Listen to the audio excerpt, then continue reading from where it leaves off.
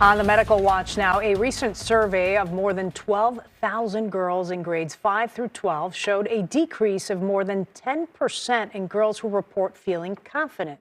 What's behind that decline? Katie Gallagher is a director of education at Candor Health and Education. She's joining me now to talk a little bit more about these numbers. Hello to you. Thanks for joining us.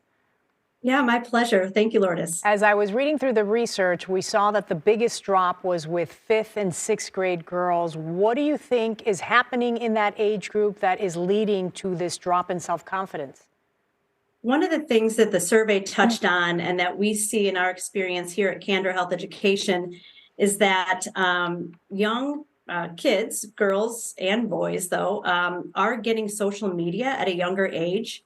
Common Sense Media, which is an organization that many people have heard of, found that the average age for young people to start using social media is actually about 12 and a half years old, meaning that there's a good number of young people, girls in this survey in particular, that are starting social media younger than 12.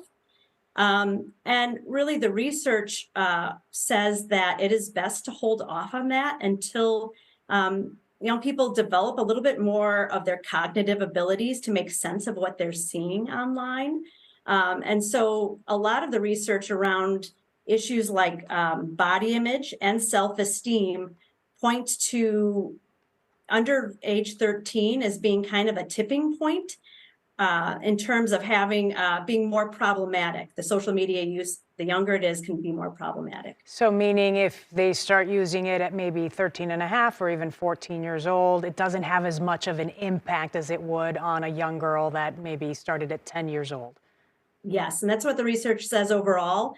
Ultimately, it is an individual basis. We know everyone matures a little bit differently, but that's kind of the rule of thumb. Yes. You know, and as we talk about this issue, I think oftentimes we blame it a lot on social media, or it's been blamed before on social media. But the truth is that social media is not going anywhere, right? Kids are along the way going to use it, going to be exposed to it.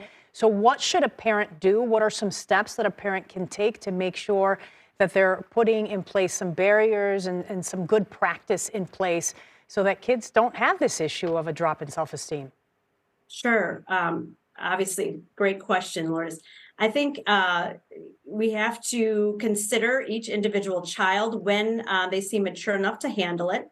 We also have to be really involved with our child if we're going to give them social media, explore it together, have regular conversations, see how it is impacting them if it is, ask them questions about how they feel after being on social media for a while.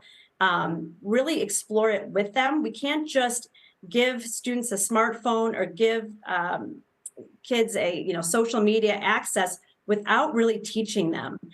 We have to really help build some media literacy.